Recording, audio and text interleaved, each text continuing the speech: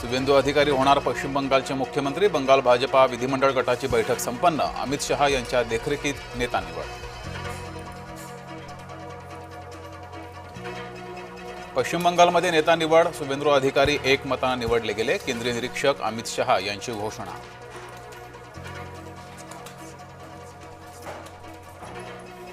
भाजपाचे विक्रमादित्य नेते बिनसंसारी नरेंद्र मोदी, योगी आदित्यनाथ यांच्यानंतर यादीत शुभेंदू अधिकारीही सामील। थलपती विजय यांनी बहुमत गाठलं। डाव्यांच्या मदतीने टीव्हीके सरकार बनवणार। तामिळनाडूत प्रथमच आघाडी सरकार। आम्हाला काँग्रेसच्या सोबत बसायचं नाही, द्रमुकनं लोकसभा सचिवालयाला कळवलं। द्रमुक आणि काँग्रेसची युती मोडली। निदा खान 11 मे पर्यंत पोलीस कोठडीत। नाशिक कॉर्पोरेट जिहाद आणि धर्मांतर प्रकरणी निदा आरोपी। निदाला एमआयएमनं लपवलं। एमआयएम नगरसेवक मतीन पटेल विरोधात गुन्हा नोंद। कॉर्पोरेट जिहाद प्रकरणात नाशिक पोलिसांची कारवाई।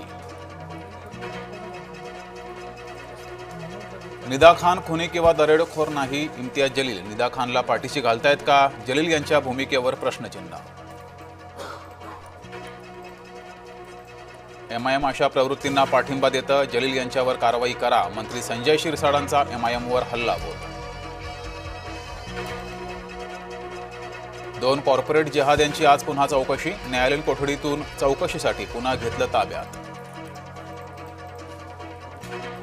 बंधू अशोक खरातच्या बँक लॉकरमध्ये घबाड। 1 कोटीहून अधिक किमतीचे दागिने, अमेरिकन डॉलर्स जप्त। पत्नी कल्पना खरातच्या नाशिकमधील लॉकरवरही कारवाई। बदलापूरच्या घटनेची पुनरावृत्ती गोवंडीत। 45 वर्षीय नराधम शिपायाकडून 6 वर्षीय विद्यार्थ्यासोबत असभ्य वर्तन। मुंबईच्या गोवंडी येथील नामांकित शाळेतला घृणास्पद प्रकार। 10वीचा निकाल जाहीर। एकूण 9 विभागातले 92.9% विद्यार्थी उत्तीर्ण। कोकण विभागाचा अव्वल, यंदाही मुलींचीच बाजू।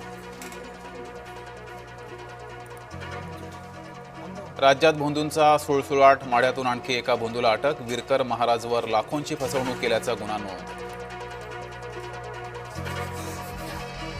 भांडूपमध्ये पालिकेच्या जागेवर गांजाची शेती। भाजपा नगरसेविकांच्या सतर्कतेमुळे प्रकार उघड।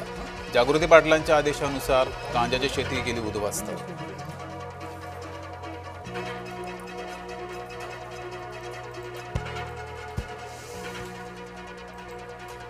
नागपूर मनपाच्या अतिक्रमण विरोधी कारवाई दरम्यान राडा। अतिक्रमण कारवाईला काँग्रेस नगरसेवकांचा विरोध। नगरसेवक वसीम खान यांना पोलिसांनी घेतलं ताब्यात।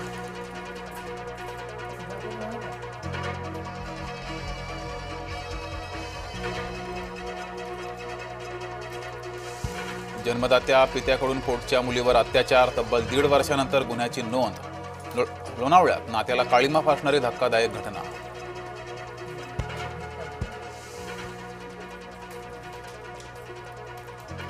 आणि हिंगोलीमध्ये वाढत्या तापमानाचा केळीच्या बागांना फटका। केळीच्या बागा सुकत असल्यानं शेतकरी संकटात।